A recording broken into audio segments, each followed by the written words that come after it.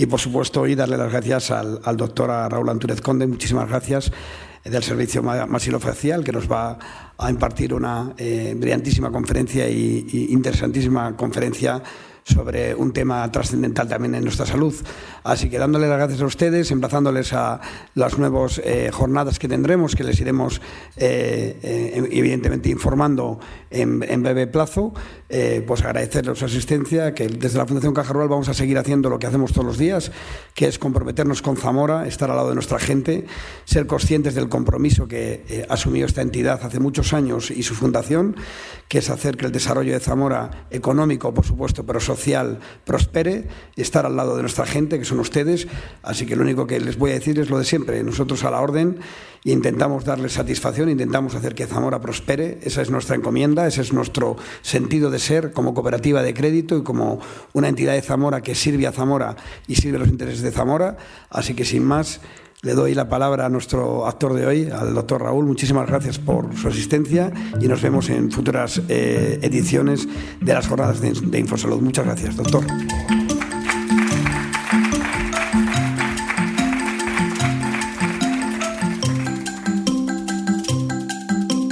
Esto es el podcast de la Fundación Caja Rural de León, Valladolid, Zamora. Soy Raúl Antúnez Conde, soy cirujano maxilofacial, soy zamorano y eso es lo que más me congratula de esto, mezclar las dos cosas, mezclar mi trabajo, mi pasión y al mismo tiempo mi ciudad. Por supuesto, tengo que agradecer a la Fundación Caja Rural y también al Hospital Recoletas, como no, por su amabilidad al invitarme a dar esta charla y compartirla. Les cuento un poco quién soy. Yo hice la formación de cirugía oral y maxilofacial en el Hospital Gregorio Marañón de Madrid, al cual debo todo lo que aprendí. Estuve rodeado de un excelente equipo y posteriormente pues tuve la suerte también de trabajar en otros centros y aprender de la actividad de cada uno de ellos, en Francia, en Italia, en Chile, en el Departamento de Cirugía Plástica Hansburg-Wyss de Nueva York con el doctor Rodríguez, y actualmente trabajo en Madrid como cirujano maxilofacial en el Hospital Ruber y también en Recoletas Zamora, que para eso estamos aquí, para contar un poco cuál es la actividad que podemos desarrollar y llevar a Zamora. La especialidad de cirugía oral y maxilofacial tiene que tener un referente en lo más profundo de la medicina y en su trasfondo humano. Siempre me gusta ilustrar algunas charlas con esta imagen en la que pueden observar un fémur con un callo de fractura, es decir, un fémur de alguien que se partió la pierna allá en nuestros ancestros del Paleolítico, y la pierna curó gracias a que otros compañeros de viaje le ayudaron a que sanara, porque si no lo hubiera devorado una fiera. Y en este desarrollo evolutivo hemos conseguido no solamente conseguir curaciones, mejoras, hospitales, infraestructuras, sino también refinar las técnicas, refinar la tecnología y con todo ello definir lo que es hoy en día la especialidad de cirugía oral y maxilofacial. Es una especialidad quirúrgica muy amplia, la gente suele desconocerla profundamente salvo que la necesite y sea derivado por otro especialista o por algún conocido. ¿De qué trata la especialidad? Pues fundamentalmente el abordaje de la oncología de cabeza y cuello, la traumatología del cráneo y de los huesos de la cara, los problemas de glándulas salivales, las deformidades craneofaciales, las deformidades craneales infantiles, los problemas secundarios derivados a la parálisis facial, la implantología oral y en conjunto la cirugía oral avanzada, casos complejos, y también la medicina y cirugía estética del rostro. Transversal a todas estas ramas de la especialidad tendríamos la cirugía reconstructiva, esos casos complejos de pacientes oncológicos o secuelas de otro tipo de traumatismos que requieren no solamente un abordaje de una de las ramas, sino de varias o incluso todas. Nuestra principal misión es prevenir este tipo de imágenes, prevenir mediante un diagnóstico temprano lesiones malignas, como es esta imagen que les muestro de un cáncer de lengua, o de otras tumoraciones mandibulares que bien por desconocimiento o por falta de acceso a la especialidad se van dilatando en el tiempo hasta que el tratamiento resulta verdaderamente complejo. Otras cosas más benévolas podríamos decir que es esto, que es algo habitual en nuestra consulta. Doctor, quiero dientes. Me han dicho que no se me puede hacer nada. También es algo habitual en nuestras consultas. Les voy a ilustrar con varios casos de diferentes ramas de la especialidad que me parecen bonitos y que aparte son pacientes míos y me hace ilusión exponérselos. Y bueno, pues dentro de las urgencias pues nos puede llegar esto perfectamente. Una chica que jugando con su perro, pues sufre un accidente, claro, una chica joven, preocupada por el aspecto que va a tener después de esto. Pues se hizo un tratamiento de urgencia con una pequeña remodelación de la zona, conseguimos cerrar las heridas de la cara. Esto es la cicatrización a los 10 días, cuando quitamos los puntos, y con paciencia, mimo, un buen seguimiento y simplemente cuidando una serie de principios básicos dentro del tratamiento de las heridas, pues conseguimos que al cabo de un mes ya esté así y ahora está mucho mejor. También tenemos otro tipo de problemas más llamativos, más complejos y que se alargan en el tiempo, como por ejemplo el caso de las deformidades dentofaciales. Esto es gente con una desproporción entre el tamaño del maxilar superior y la mandíbula, con problemas para masticar, no encajan los dientes y por supuesto la consecuencia estética que a ello conlleva. Son pacientes como esta chica, en el que pueden ver que nada encaja en la boca y le da disarmonía en la forma de morder. Esta chica aquí está mordiendo, contactan las muelas de atrás, pero el resto es imposible. Esta chica es una chica sana, una chica que va a la universidad, que no tiene otros problemas, pero esto le condiciona gravemente su vida. ¿Y qué es lo que intentamos hacer desde la cirugía maxilofacial? Resolverlo. ¿Cómo? Inicialmente hacemos una planificación quirúrgica con modelos estereolitográficos del propio paciente y sobre ello hacemos una cirugía que llamamos de modelos. En estos muñequitos, digamos, que respetan la forma y las proporciones de la paciente, planificamos cuáles son los movimientos que tenemos que hacer con su rostro para que las cosas encajen. Se hace un tratamiento ortodóntico en colaboración con los dentistas que saben hacer este tipo de tratamientos enfocados a la cirugía y no a la estética del diente, y cuando la chica está preparada pues vamos a quirófano. Esto es un maxilar superior desde la boca, es una cirugía que hacemos plenamente desde el interior de la boca para que las heridas estén en las encías y no haya cicatrices en la cara ni en el cuello. Exponemos el hueso maxilar, sabemos que hay que medir una serie de milímetros que pintamos con un lapicero, literalmente, aunque esté esterilizado, y efectuamos la cirugía retirando la parte de hueso que falta, haciendo unos cortes planificados y pasamos a esta situación. La chica ya ha recuperado una armonía en el rostro, los dientes se encajan, pueden ver el pre con la ortodoncia y el post después de la cirugía, en la que hemos combinado la ortodoncia de su dentista junto con nuestra cirugía. El antes y después, izquierda-derecha, pues desde luego no tiene color. El perfil ha cambiado enormemente, siendo ya un rostro armónico, la chica se siente con confianza de sí misma. Y bueno, esto es una de las cosas, pues como el otro caso de las urgencias que les comentaba. Dentro del habitual de nuestra especialidad, este tipo de cirugías en una semana suelen efectuarse 1 o 2 fácilmente.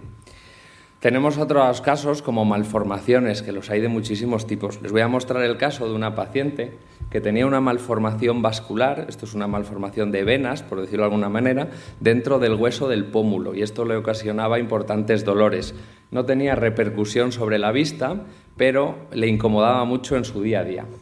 Hicimos un estudio mediante TAC, ahí pueden ver esa bolita, que es el tumor señalado con la flecha, también una resonancia magnética en la que descartamos que el tumor no afectara a la piel o a la grasa y tener claro que únicamente dependía del esqueleto facial. Y sobre esto hicimos de nuevo una planificación quirúrgica virtual. Con ella diseñamos sobre el modelo digital del paciente una guía de corte, que es lo que les muestro en verde, para resecar completamente y con márgenes de seguridad la lesión tumoral, que es la parte amarilla. Una vez hecho eso, lo imprimimos en poliamida, en un tipo de plástico especial que se utiliza para las impresiones en 3D, que seguro que han oído hablar de estas cosas, y comprobamos que ajusta perfectamente esa guía de corte con la anatomía ósea de la paciente. Diseñamos para reconstruir una placa de titanio personalizada, hecha a medida de la paciente, para que después no haya una secuela estética.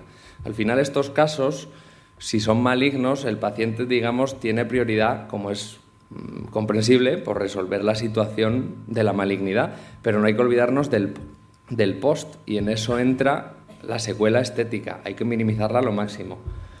Creando estas prótesis de titanio personalizadas, pues demostramos también de forma virtual que va a encajar y que no va a tener unos resaltes que incomoden a la paciente ni que ella se palpe los tornillos, por decirlo de alguna manera. y vamos a quirófano. Para llegar al pómulo sin hacer cicatrices en la cara solo tenemos un par de vías. Una de ellas es a través del párpado, otra a través del cráneo y otra a través de la boca. En este caso decidimos abordarlo a través del cráneo y por eso ven que hemos peinado a la paciente separando una línea en el cuero cabelludo donde después la cicatriz quedará totalmente camuflada. Ahí lo que estoy haciendo es infiltrar anestesia local, aunque esto es anestesia general para que no tenga dolor posoperatorio, y el abordaje por el párpado. Con la combinación de ambos abordajes exponemos el tumor. Ahí ven la lesión que les comentaba, antes digital, ahora real, sobre el propio hueso, la están viendo. Y llevamos a cabo una resección con un instrumento que se llama bisturí piezoeléctrico. El nombre nos da lo mismo, pero este aparato permite cortar el hueso sin dañar las estructuras anexas, porque les recuerdo que lo que está al lado de este tumor es el ojo. Hicimos la resección, fue muy satisfactoria y comprobamos también sobre el modelo de plástico que teníamos previamente que encaja a la perfección la resección que habíamos planificado con la que hemos logrado. Y llegados a este punto colocamos la placa de titanio. Igualmente tiene un ajuste perfecto, óptimo, y les voy a enseñar cómo quedó la paciente. Esto es al día siguiente de operarse. Lógicamente, pues tiene hematoma, tiene un poco de inflamación, pero les puedo asegurar que es un día, no hay trampa. Pasan los días, vamos viendo la cicatriz, todavía muy reciente, le hacemos un escáner de control para comprobar que la malla de titanio perfectamente ha ajustado sobre su cráneo y que anatómicamente no va a tener consecuencias. Y a las 2 semanas pues ya presenta este aspecto. Le hemos quitado los puntos, sigue inflamada, tiene todavía un poquito de rojez y moratón en la zona. Y al cabo de 2 meses, pues como si no le hubiéramos hecho nada. La paciente no tiene dolor, le hemos quitado el tumor, no hay secuela estética, no hay secuela funcional y hemos resuelto un problema. Más casos.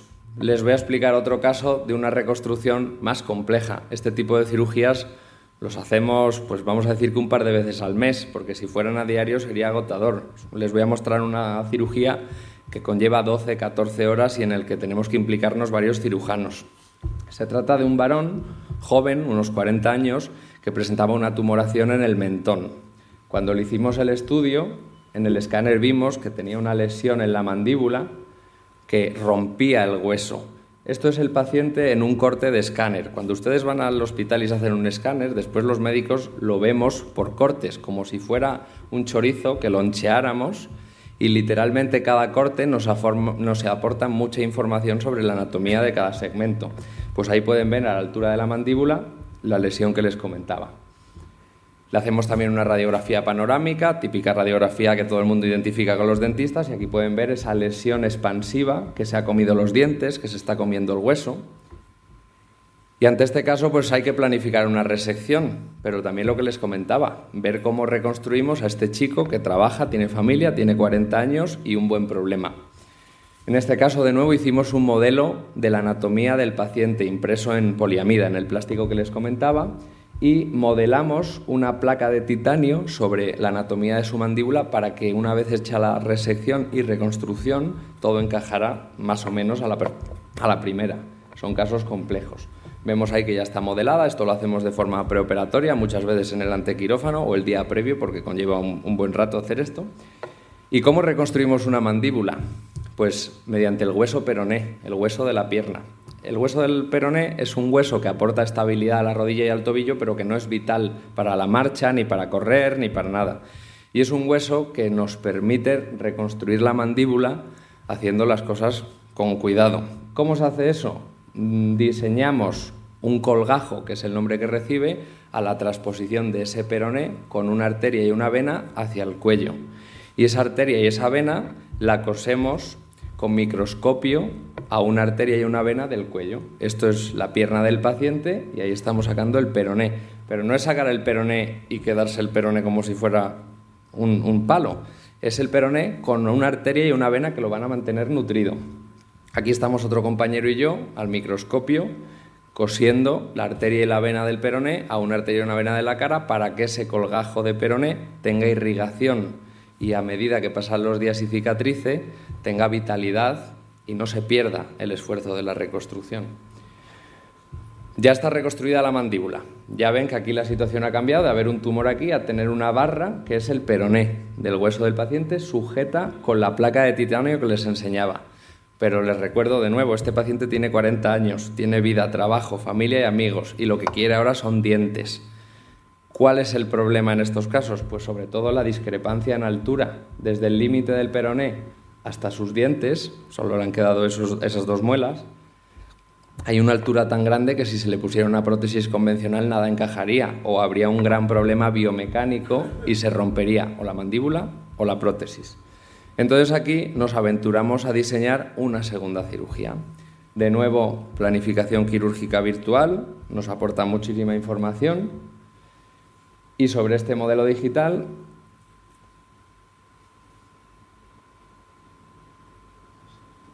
bueno, no gira, pero tampoco les va a aportar gran cosa. Lo interesante viene ahora. Diseñamos unas placas en forma de mallas de titanio que van a dar altura a ese peroné que nos ha servido para reconstruir la mandíbula, y estas mallas de titanio las rellenaremos con hueso del propio paciente. Ese hueso lo vamos a obtener de la cresta ilíaca del paciente, es decir, de la cadera, porque son unas células óseas con mucha capacidad de proliferación y de regeneración. Entonces, este paciente, sobre el modelo y ya con las placas y mallas de titanio diseñadas, exponemos la mandíbula con el peroné desde el cuello para que no se nos contamine con la saliva y las bacterias de la boca, y nos vamos a la cresta ilíaca. Esto es una imagen del piquito de la cadera que nos podemos palpar a nivel de la cintura, y ahí hemos hecho una resección en bloque de una cuña del hueso de la cresta ilíaca, y lo hemos convertido en trocitos de hueso fragmentados con los que rellenaremos esas mallas de titanio. Ahí estamos rellenando las mallas, le hacemos una radiografía de control, las mallas están bien, y eso hay que dejarlo unos meses. ¿Cuántos? 6, 8 meses, dependiendo del caso y la evolución. Imagen radiológica de control, pueden ver en un corte de frente cómo la malla de titanio ha conseguido su función de preservar y alojar dentro el injerto de la cadera que habíamos colocado. Y llegados a este punto, pues hay que hacer el siguiente paso, que es abrir, ahora ya sí por boca, porque el injerto está totalmente prendido y no hay tanto riesgo de sobreinfección. Y una vez expuesta la neomandíbula con esta calidad de hueso, diseñamos la colocación de unos implantes. Estos implantes no son unos implantes al uso, en cuanto al material sí, pero estos implantes requieren de una navegación intraoperatoria, como la que están viendo, en el que navegamos simultáneamente lo que nos dice un ordenador con lo que tenemos planificado sobre la mandíbula. ¿Y esto por qué? Pues porque dentro de ese hueso, como hemos tenido que ir reconstruyendo y colocando tornillos y placas de titanio, hay que elegir el sitio preciso al máximo para colocar esos implantes. Y una vez colocados los implantes, control radiográfico, nuevo control radiográfico, nada tiene que ver esta imagen de radiografía con la inicial, ya tiene altura en la mandíbula y ya tiene estos implantes, y sobre ello pues diseñamos una prótesis para que el paciente recupere su sonrisa y su función. Los implantes han tenido una evolución extraordinaria, la prótesis no ha dado problemas, el perfil del paciente, pues lógicamente del hundimiento que presentaba a nivel del labio inferior, se ha reconstituido ese volumen por tener la boca llena de dientes, y el paciente contento y el problema, o problemón en este caso, resuelto. Les muestro algún caso más. Casos de cirugía oral avanzada. Estos casos son más frecuentes, más de la calle, más de me ha dicho alguien que tengo que hacerme no sé qué porque en el dentista no me pueden poner implantes o no tengo hueso. Seguro que son frases que muchos de ustedes han oído. Pues, ¿qué casos tenemos? Muchas veces Esto es un paladar de alguien que no tiene ningún diente, una situación muy normal, apropiada también a la edad, al paso del tiempo, más o menos los cuidados que haya podido tener cada uno. Y esto es un caso de tengo poco hueso, pero no se me pueden poner implantes. Pues en este caso, ven la radiografía que solo le queda un diente al paciente, y ahí lo que decidimos fue aumentar ese espesor óseo mediante unos injertos de calota. La calota es el hueso del cráneo, entonces se hace una heridita a nivel del cuero cabelludo, en los laterales, se sacan placas de hueso de ahí, esa herida después se camufla totalmente y ponemos hueso en el maxilar para poder colocarle unos implantes, diseñar una prótesis y resolver el problema. Al fin y al cuentas, al paciente le da igual si yo le cuento todo lo que hay que hacer. El paciente lo que quiere, como es lógico, son dientes. Y se los hemos dado. Paciente satisfecha y nosotros también. En muchos casos no hay nada de hueso. Seguro que han oído a alguien que me quiero arreglar la boca, pero es imposible porque me han dicho que no tengo nada de hueso. Bueno, pues pacientes que antes estaban desahuciados tienen soluciones. Una de ellas son los implantes o mallas subperiósticas. Estos implantes son unos dispositivos de titanio que en lugar de clavarse en el hueso, se apoyan sobre el hueso. En un maxilar atrófico donde no hay capacidad de colocar el implante, que a fin de cuentas son tornillos, sí tenemos opción de apoyar otras estructuras. Y esas estructuras son los implantes subperiósticos, como les comento. Esto es un caso de un paciente que no tiene nada de hueso. Su maxilar se ha atrofiado por ausencia de dientes durante muchos años y planificamos unas emergencias de dientes acorde a una supuesta prótesis que después llevará.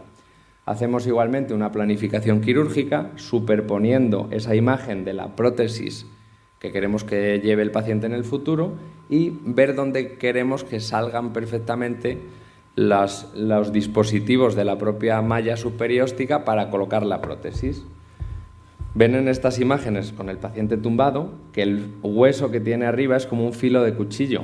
Ahí no hay posibilidad de colocar ningún tipo de implante dental convencional. Y llegados a este punto, pues diseñamos esta estructura. Esto es la malla o implante subperióstico. Como les comento, es una estructura de titanio hecho a medida del paciente que apoya sobre su esqueleto óseo. Tiene unos apoyos paranasales a los lados de la nariz, tiene unos apoyos en el arbotante malar y todo eso da suficiente estabilidad permitiendo hacer una rehabilitación fija, no una prótesis de poner y quitar. ¿Cómo hacemos esta cirugía? Pues todo por dentro de la boca, como es lógico, pero previamente diseñamos también sobre modelos de poliamida la anatomía del paciente y la malla que habíamos planificado para comprobar que todo encaja a la perfección y si hay algún paso crítico en la cirugía, poder refinarlo. Se hace una superposición de la prótesis que lleva el paciente de quita y pon para ver dónde tienen que encajar las cosas y que el paciente ya salga de quirófano con algo, que no se vaya a casa sin dientes.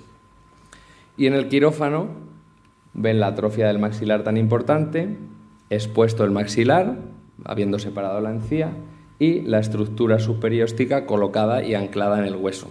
Estas estructuras de titanio es habitual que hay veces que de forma jocosa los pacientes preguntan si van a pitar en los aeropuertos.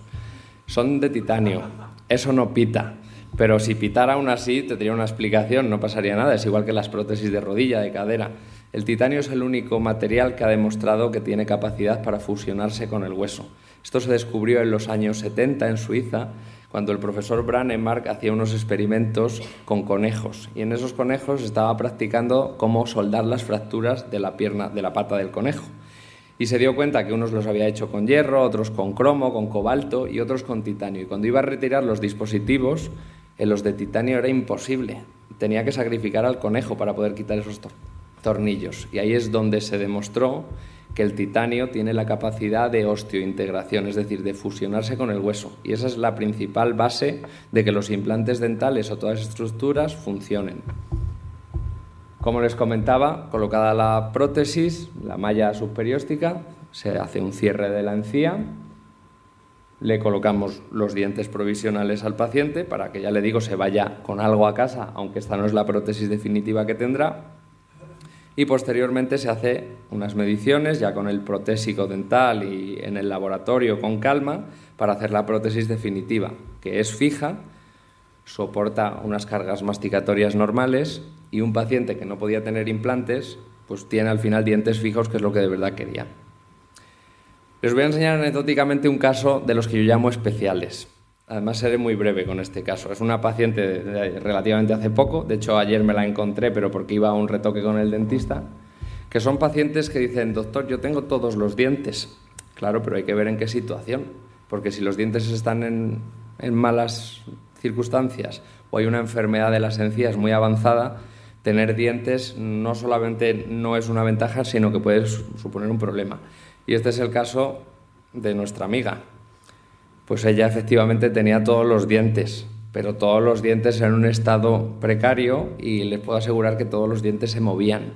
Entonces era una cosa que no tenía ningún tipo de sentido. Claro, ella al principio no entendía que teniendo todos los dientes no pudiera quedárselos. Y yo se lo tuve que explicar de la mejor forma que pude. Son dientes con una movilidad que no tiene solución, no se pueden sujetar. He visto casos que incluso se los pegan con pegamento en casa. No lo hagan, es una cosa que no tiene ningún sentido. Pero bueno, esta mujer al final comprendió que tenía un problema avanzado, aceptó el tratamiento que yo le propuse, le quité todas las piezas, le hicimos una limpieza tremenda, le hice una regeneración de la encía con hueso y con plasma rico en plaquetas de su propia sangre para estimular la cicatrización, y después de un proceso a la que ella se sometió, la verdad, muy pacientemente, pues le pudimos poner implantes y el aspecto que tiene ahora es este.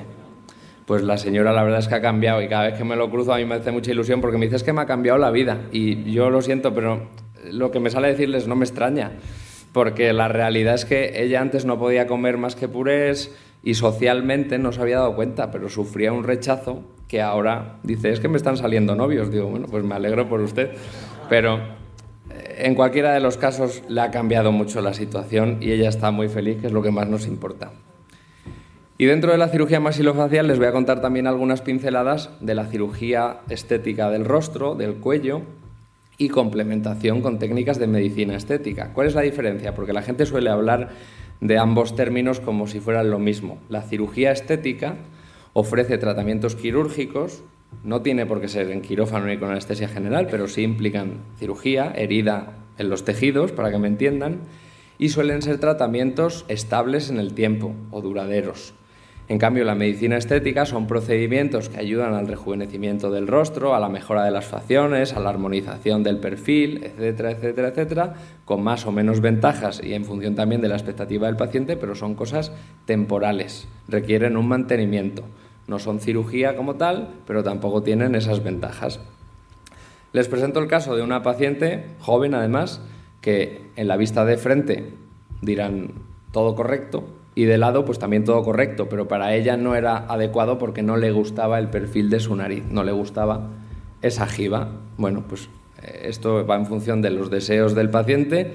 Nosotros no somos quien para juzgar, pero sí para aconsejar. Hay veces que hay pacientes que quieren una nariz muy fina para su rostro. Hay que hacer las cirugías estéticas acorde a la naturalidad del paciente. He tenido suerte, me dicen a veces, ¿no te ha tocado nunca alguien que te pida no sé qué? Y digo, pues un par de veces solo me han pedido cosas raras y les he dicho que yo lo sentía mucho, pero que no era su médico.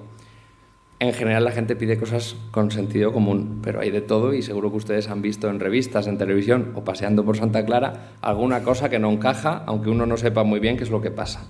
Entonces esta chica quería una mejora de su nariz, sobre todo en la vista lateral, pero sin que fuera una nariz artificial. Yo le propuse una rinoplastia, acorde a una planificación que le hice, una simulación en fotos, etc. Ella aceptó y de frente pues se quedó igualmente muy armónica, pero de lado pues cambió. Le hemos quitado la jiba, es una nariz natural. Esta chica, cualquiera de ustedes la ve y nadie sabe si está operada o no. Y todo correcto. Ahí lo notan más, el antes y el después. Pues la jiba es evidente y también la proyección de la punta la hemos alzado un poquito, pero es una nariz natural.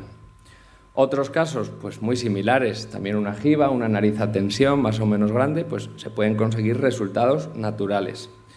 Cirugía de los párpados, del rejuvenecimiento de la mirada, blefaroplastia. Muy habitual, tanto en hombres como en mujeres, que con los años haya un exceso de crecimiento del párpado superior, a veces también el inferior, les mostraré algún caso más, en el que el paciente por un motivo estético suele consultar por ese exceso de piel, pero también es que hay mucha gente que dice es que a lo largo del día no puedo con los ojos. Tengo la vista muy cansada de soportar el ojo porque lógicamente con el paso de las horas el párpado se va hinchando y los tejidos pesan más y eso se nota. Bueno, pues un rejuvenecimiento de la mirada mediante una blefaroplastia superior que también ofrece un resultado óptimo y esto es un procedimiento que se hace con anestesia local, no hay ingreso, no hay grandes líos, digamos. Un caballero que consultaba justo por el problema a la inversa, unas bolsas palpebrales inferiores muy importantes. Suelen ser bolsas de componente mixto, el interior es grasa, pero por fuera hay un exceso de piel. Entonces se suele combinar la cirugía con ambos tratamientos. Y pues ven ustedes el cambio de mirada. El señor es el mismo, tiene la misma edad. Probablemente aquí tenga un par de meses más que arriba, pero aún así es más joven por el aspecto que le da su nueva mirada. Este es otro caso que me decía Raúl, yo quiero rejuvenecerme la mirada, dice, pero yo asumo que tengo una edad, estoy contenta con ella y con mi envejecer, dice, quiero que sea una cosa natural, discreta, que no se me note que me he estirado la cara. Y yo le hice una blefaroplastia completa, superior e inferior, pero marcando, digamos, un límite para que haya un poquito de gracia de la arruguita. Y este es el efecto. Claramente ha rejuvenecido. Y aparte ella, sobre todo lo que más le gusta es que dice que a última hora del día puede leer libros porque no se le cansa tanto la vista. También hacemos cirugía de corrección de los pabellones auriculares, las orejas en soplillo, como se dice vulgarmente, pues se corrigen con una cirugía pequeña, pegándolas más al cráneo y bueno, pues pacientes que a veces tienen una larga historia de complejos o problemas por esto, se resuelve.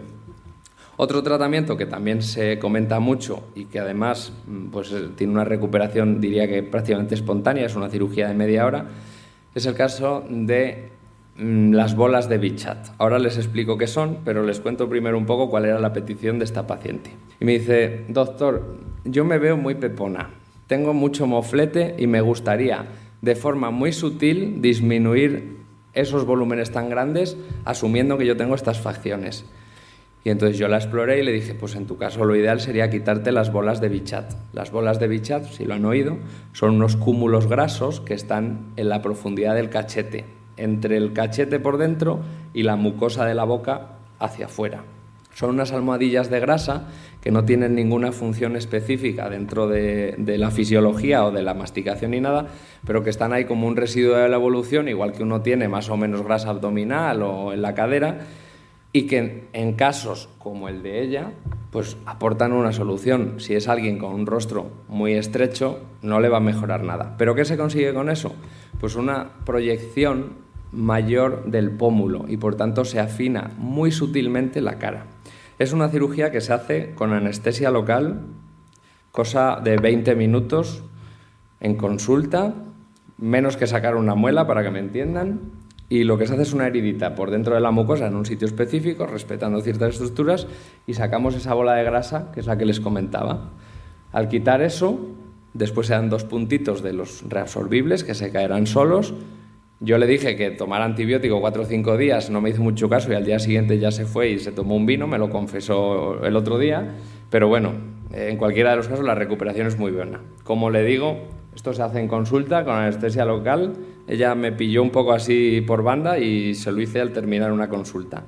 Y esto es el resultado a los 10 días. Todavía mejorará un poco, ven que es una cosa muy sutil, pero si ustedes ven la imagen de la izquierda respecto a la derecha, sin saber explicar muy bien qué es lo que ha mejorado, ven que tiene una cara más estilizada, con una mayor proyección de su pómulo, que ella se aquejaba de esta forma tan curva, y es un procedimiento sencillo, muy bien tolerado y sin grandes complicaciones. Y paso ahora a ilustrarles un poco sobre la medicina estética, esa parte de los retoques de la cara que no implican cirugía, que no son permanentes en el tiempo, pero que aportan grandes ventajas también en quien los requiere o a quien les hace falta. Pues la infiltración de toxina botulínica, de Botox, es una cosa muy frecuente. Es un neuromodulador, esto quiere decir que inhibe de forma parcial la contracción muscular en los músculos de la cara, sabiendo dónde hay que colocarlo y en unas proporciones adecuadas. No hace falta quedarse inmóvil, ni hace falta tampoco generar arrugas, hay que buscar el equilibrio, un poco también en función de la demanda del paciente. Hay pacientes que me dicen, yo quiero quedarme bloqueado porque me encanta esa sensación de no tener una arruga. Bueno, pues yo no voy a entrar a juzgarlo, pero es una parte. Hay otros que me dicen, yo quiero mover un poco, que no tenga arrugas, pero que se me note un poco de expresividad. Y fundamentalmente pues conseguimos esto.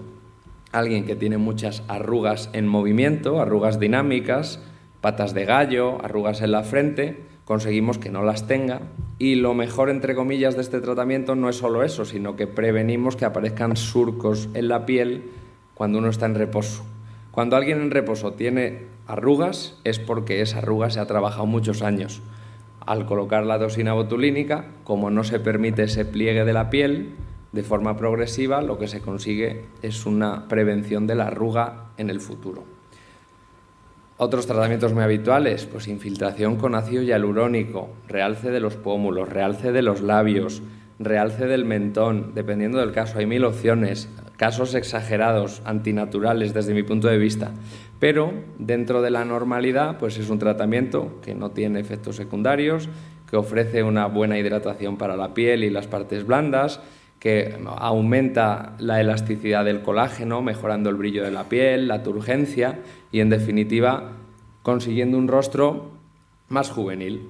Les pongo un caso muy sencillo de unos labios. Pues no es una paciente que quiera unos labios exuberantes como estos que se ven a veces por ahí, pero ella dice, bueno, me veo el labio como tristón, quiero que esté más hidratado, que se vea un poquito más turgente y que sin necesidad de perfilarlo y pintarlo mucho se vea como más carnoso. Pues con una infiltración de ácido hialurónico se consigue ese resultado y es una cosa sutil. Y por último, a mí siempre me gusta agradecer, sobre todo a los pacientes que confían en mí o en mis compañeros, también agradecer la paciencia que muchos de ellos tienen que tener y sobre todo reconocer a los que pasan enfermedades penosas, que también llegan a nuestra consulta, como os he mostrado, y que aunque intentamos hacerle el camino más fácil, no siempre lo consiguen. Por otro lado, pues me debo un agradecimiento al Hospital Recoletas, al señor Iglesias, su gerente, a todo el equipo, Belén, Susana, a mi enfermera de maxilofacial Carmen, que pone las cosas muy fáciles cada día que paso consulta, a la dirección médica y al resto del equipo, porque verdaderamente cada vez que vengo a Zamora no solamente estoy en casa, sino que me siento como en ella. Entonces, muchas gracias a todos ellos y también muchas gracias a ustedes por escucharme esta tarde.